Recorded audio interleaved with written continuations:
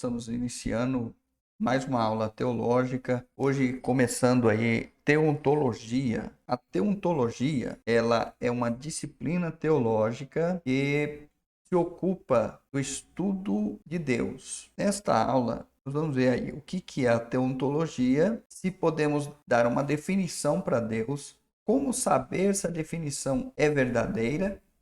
Vamos olhar esta definição e refletir sobre ela. Então, primeiro, o que estuda a teontologia? Ela estuda o ser de Deus. Ela é diferente da teologia que busca estudar os elementos que se relacionam com Deus. Aqui a teontologia se ocupa propriamente do ser de Deus, aquilo que nós chamamos de atributos. É muito importante esta matéria, pois também envolve o conhecimento da Trindade. Podemos definir Deus? Esta provavelmente tem sido uma dúvida, pois a palavra definir significa limitar, significa delimitar. E quem pode limitar Deus, se Deus é infinito? Como pode nós, somos finitos, limitar o infinito? Parece uma contradição. E então por isso que eu coloquei aqui sim ou não. Será que podemos definir Deus dentro daquilo que entendemos que definição é limitá-lo? A resposta é um sim e um não. Como pode ser sim e não? É possível definir Deus? Sim, é possível. Mas não é possível totalmente. Não é possível defini-lo na sua plenitude, na sua completude, porque Deus é infinito. Como acabamos de falar, nós que somos finitos não temos condição alguma de definir quem é infinito. Mas então, como conseguimos definir Deus? Nós definimos de uma maneira limitada, de uma maneira imperfeita, é verdade. Mas, assim, esta, esta definição. Alguém pode dizer, mas qual o valor de uma definição imperfeita? Uma definição que seja assim incompleta. É porque qualquer definição já ajuda a termos clareza sobre quem é Deus. Qualquer definição é melhor que definição nenhuma. Tá, mas daí surge uma outra questão. Como que nós podemos saber se a definição que nós encontrarmos é verdadeira? Qual é a nossa base? Essa base é segura? Então, aqui nós temos um outro problema sobre a segurança da informação que temos sobre Deus. Então, podemos responder que sim, temos uma base e esta base é segura. A nossa base é a revelação cristã. Quando falamos de revelação cristã, estamos falando do próprio Senhor Jesus. Ele nos ensinou acerca do Pai. Ele nos ensinou acerca de Deus. Então, o próprio Senhor Jesus disse a Filipe: quem vê a mim, vê o Pai. Então, é com base nos ensinos de Jesus que nós vamos entender quem é Deus. Então, isso é totalmente seguro e vale muito a pena nos dedicarmos a compreender os ensinos de Jesus acerca de Deus. É bom lembrar aqui, irmãos, que o Senhor Jesus, quando define Deus, ele não faz da mesma maneira que os livros de teologia sistemática. Ele não distribui assim, os atributos de Deus, dizendo, ó, Deus ele é assim, Deus ele é eterno, Deus ele é poderoso, Deus ele é. Não, o Senhor Jesus vai apresentando, ele apresenta o universo, ele apresenta a natureza, ele apresenta a vida humana e apresenta como que Deus se relaciona por meio desses canais, como que Deus se relaciona com o homem. Então, por isso que é importante nós analisarmos muito bem os evangelhos, porque o Senhor Jesus mesmo, nos seus ensinos sobre oração, ele disse, olha, quando entrares, quando orares, entra no teu quarto, fecha a tua porta, ora ao teu pai e te vê secretamente. O teu pai que te vê secretamente te recompensará. Mas onde está o pai? E aí ele ensina a oração do Pai Nosso que estás no céu. Ao mesmo tempo que o Pai está no céu, ele também está ali no quarto quando você vai orar. Como que pode ser isso? Jesus ali está mostrando que Deus é onipresente, mas ele não usa essa palavra onipresente. E também o Senhor Jesus, em seus ensinos, disse assim: olha, o pai que vestiu as ervas do campo, o pai que alimenta as aves do céu, é o mesmo que cuida de vocês. E olha que as ervas do campo são queimadas, e olha que as aves do céu até caem, mas nenhuma delas cai sem a vontade do vosso Pai Celestial. E o Senhor Jesus está dizendo, está falando sobre o cuidado, o, a compreensão que Deus tem de todo o universo, a compreensão que Deus tem de toda a sua criação. Deus está em toda parte, Deus controla todas as coisas. Então aqui nós vemos que os ensinos de Jesus acerca de Deus não é de uma forma analítica, mas sim sintética. Você precisa observar bem aquilo que o Senhor Jesus está falando acerca do Pai para compreender o seu poder. Por isso nós temos esta segurança de estudar acerca de Deus. Então, qual a definição nós temos sobre Deus? Já falamos que essa definição ela é limitada, ela é imperfeita, mas ela é a melhor definição porque nos ajuda a entender quem Deus é. Então, Deus é espírito pessoal, perfeitamente bom, e em santo amor cria, sustenta e dirige tudo. Agora vamos ver o que esta declaração sobre Deus tem a nos falar sobre a sua natureza. Então, temos que nesta declaração, a natureza de Deus. Deus é espírito pessoal.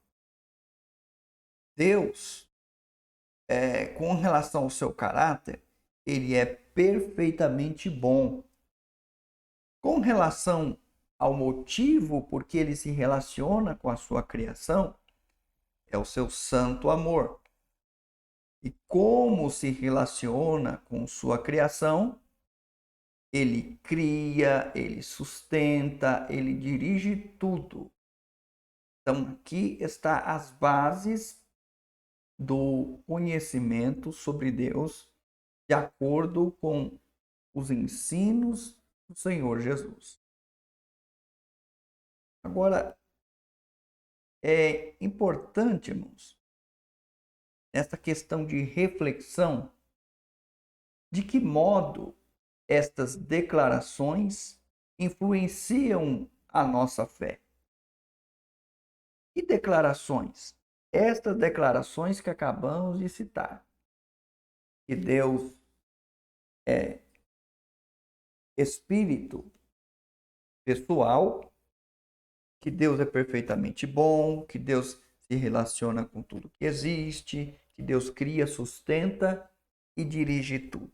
Porque não basta nós sabermos que Deus é um espírito pessoal. O que significa isto para a nossa fé? Como que isto vai mexer conosco? E eu vi que nosso irmão entrou aqui na aula, irmão Fernando, está me ouvindo? E eu acredito que muitas vezes o irmão Fernando já teve a oportunidade de ouvir alguém falar que Deus é espírito e que importa que os verdadeiros adoradores o adorem em espírito e em verdade. Tá certo, irmão Fernando? Pode confirmar essa informação? Amém, meu irmão. Sim. Então, você já ouviu, né? Aí, o que acontece? A declaração bíblica está lá. Jesus afirmou isso. Deus é espírito. Ele estava num diálogo com a mulher na beira do poço e fez esta afirmação. Nós chamamos isto de uma afirmação teológica. Mas se nós ficarmos apenas com a afirmação teológica e não nos aprofundarmos nela, ela não tem grande valor para a gente, né? Muitas vezes as pessoas citam e acham que o fato de citar o texto bíblico vai deixar Deus tão contente que Deus vai abençoá-lo. Quando, na verdade, Deus está dizendo: meu filho, isto é uma revelação da minha natureza. Eu quero que você entenda, a partir desta verdade, como deve ser o seu relacionamento comigo. Então, se Deus é espírito, ele é um ser que não tem o quê? Ele é um ser incorpóreo. Como assim um ser incorpóreo? Deus não tem corpo. E aqui que começa a deixar os estudantes novatos com medo. Espera aí. Então, a primeira vez que eu peguei uma teologia sistemática, eu comecei a folhear. Eu era novo convertido e já fui lá e comprei uma teologia sistemática para mim. E comecei a folhear e vi lá que Deus não tinha corpo.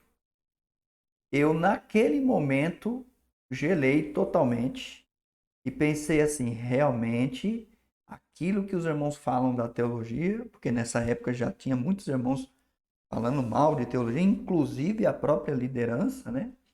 Então eu pensei assim: aquilo que o pessoal fala da teologia é verdade. Olha o que esse livro está dizendo, que Deus não tem corpo. Então, irmão Fernando, já aconteceu alguma coisa com você nesse tipo? Já, irmão, tem várias pessoas, às vezes, que negam até a existência de Deus, né, irmão? Não é Exato. fácil, não.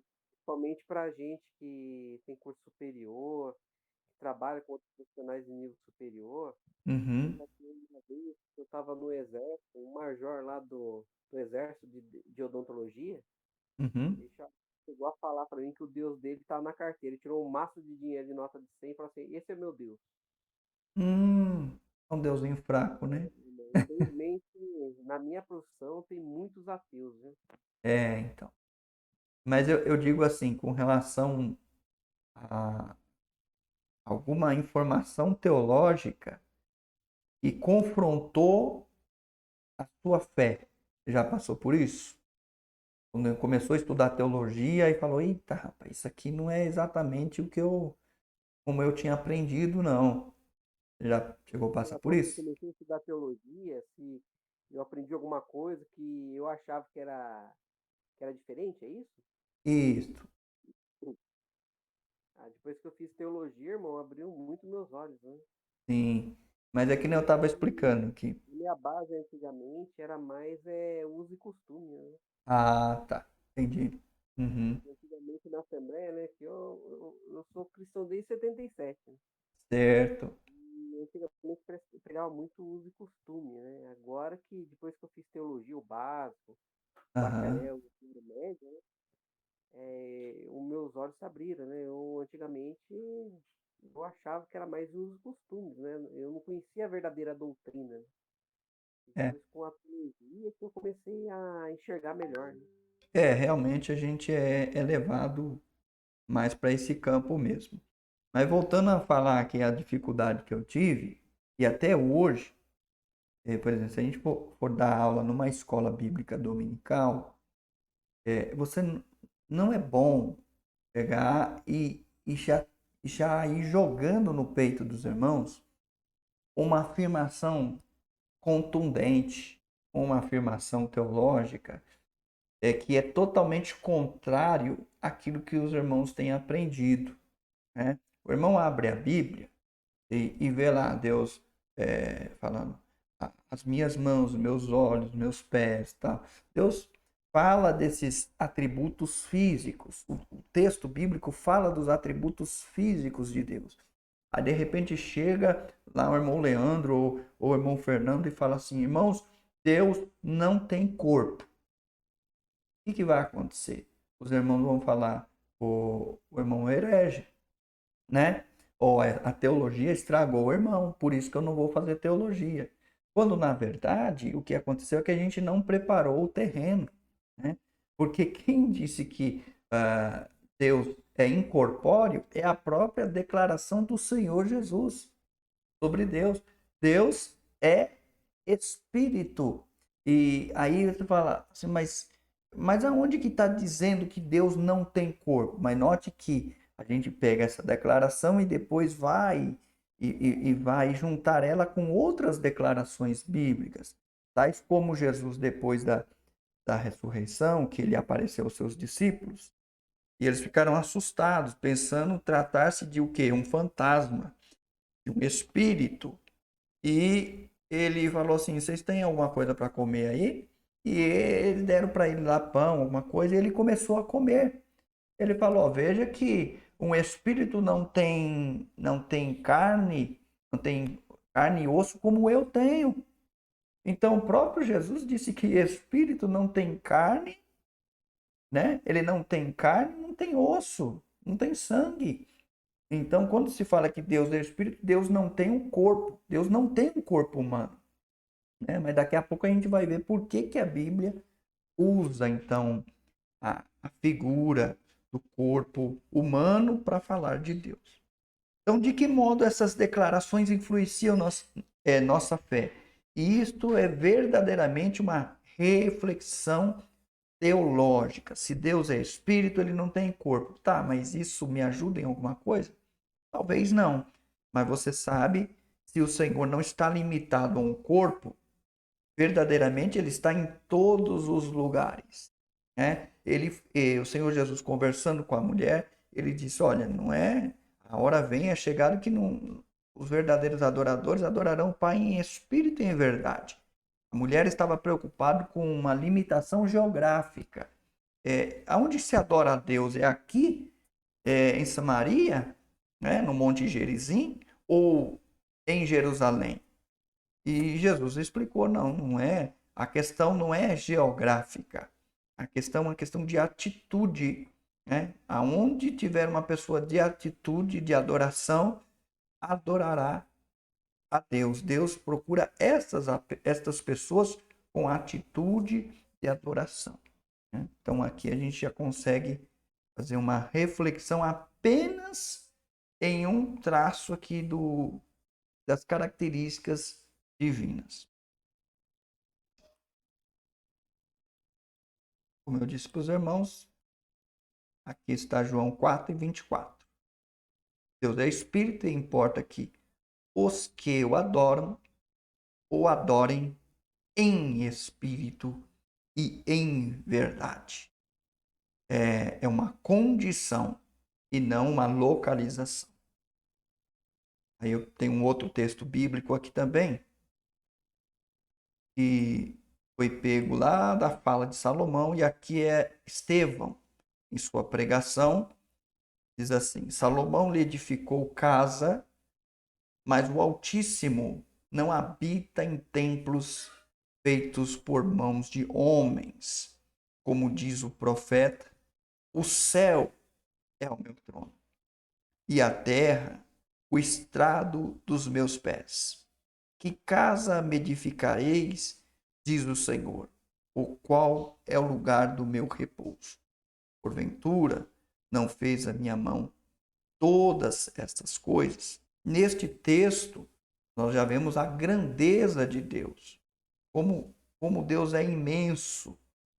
E esse texto fala da imensidão, da grandeza do seu poder. Também fala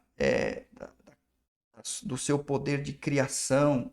Ele cria todas as coisas. Então, o texto bíblico, ele traz uma descrição mais histórica. E cabe a nós, que estamos estudando teologia, fazer este caminho. Eu pego a reflexão do texto bíblico e encontro nele as características de Deus.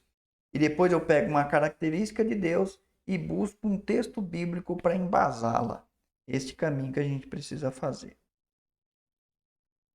Agora chegou aquele momento que eu tinha citado agora há pouco.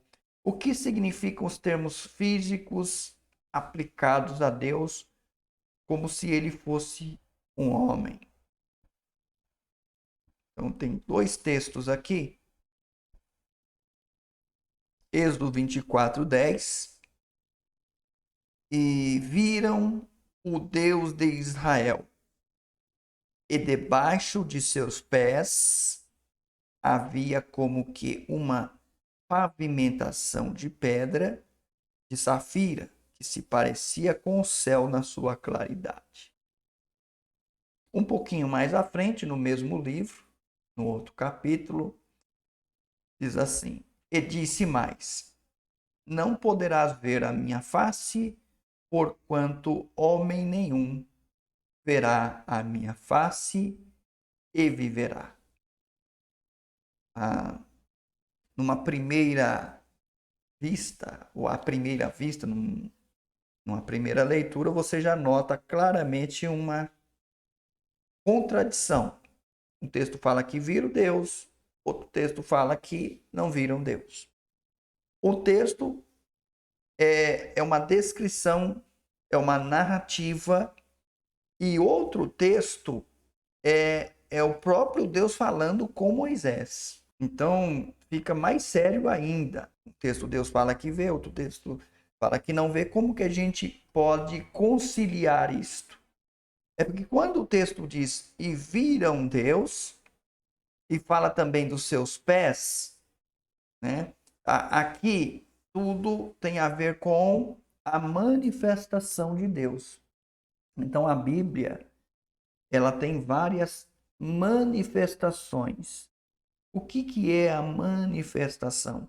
É uma forma, é um canal que Deus escolheu para se revelar, para mostrar que estava presente, não na sua plenitude, mas apenas ali, vamos usar uma palavra humana.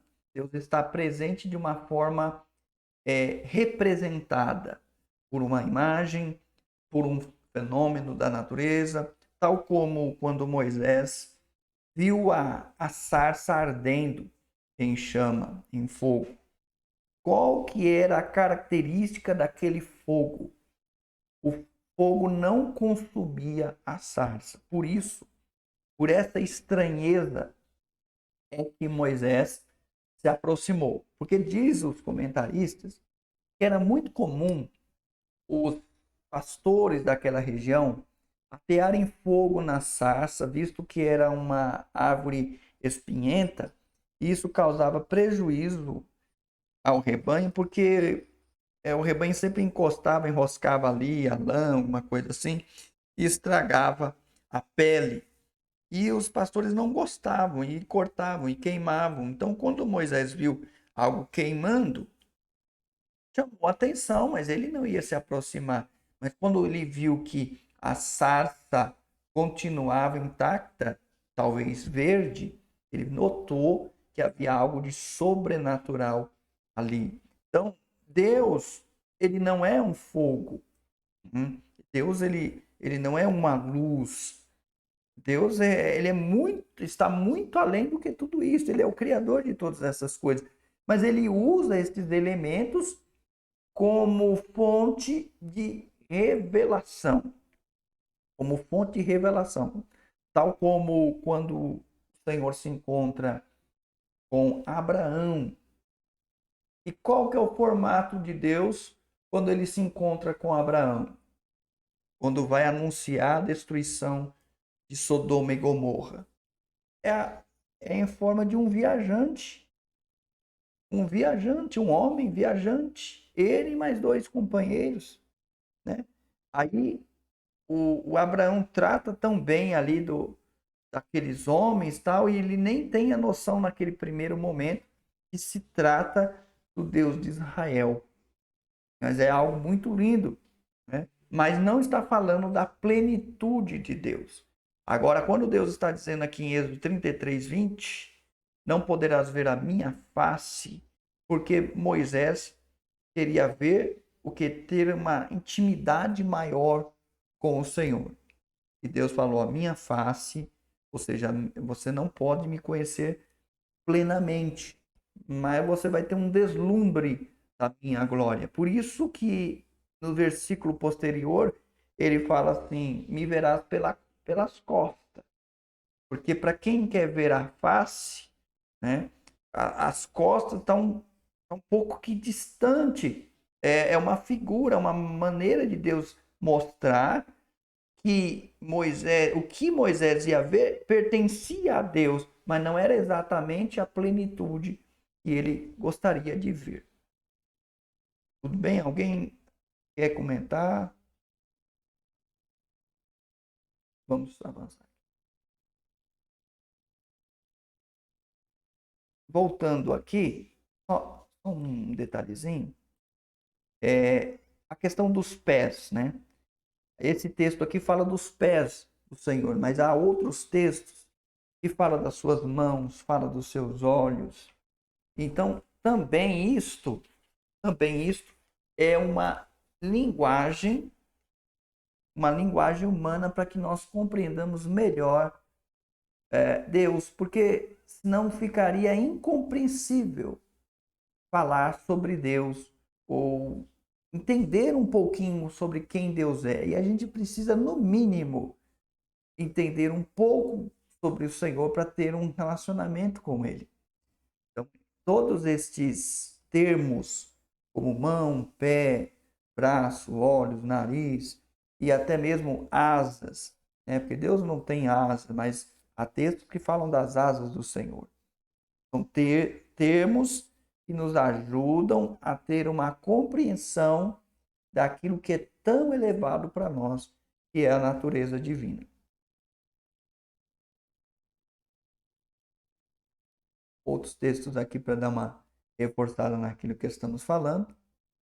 Colossenses 1:15, o Paulo falando que Deus falando sobre o Senhor Jesus, o qual é a imagem do Deus invisível. Então Deus, ele é invisível no sentido que ele não pode ser visto pelo homem, não pode. E o primogênito de toda a criação. João 1:18, palavras do Senhor Jesus, Deus nunca foi visto por alguém. O Filho unigênito, que está no seio do Pai, este o fez conhecer. Então, novamente mostra, se a gente pega esses dois textos e comparar com o texto que Deus falou com Moisés, dizendo: a minha face não verás, mas viverás pelas costas, nós vamos ter um entendimento mais amplo. Acabou? Tinha mais algum outro texto? Agora fica aí para os irmãos,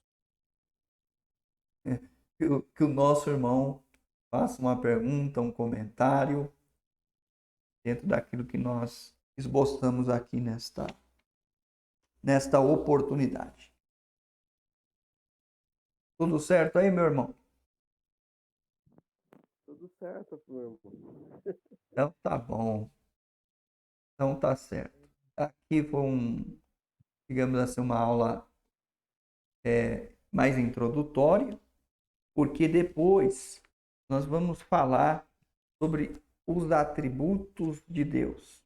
Essa parte ela é bastante ampla, tem muita coisa para nós falarmos e por isso que nós vamos direto para ela na próxima aula. Provavelmente vamos passar aí as 2 aulas falando dos atributos e depois na última aula vamos falar sobre um assunto bem tranquilo que é a Trindade.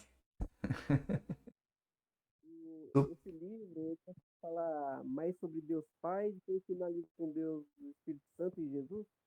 Isso, porque para falar sobre o Senhor Jesus, entra Cristologia. Para falar do Espírito Santo, é pneumatologia. Aqui é voltado mais para o Deus Pai.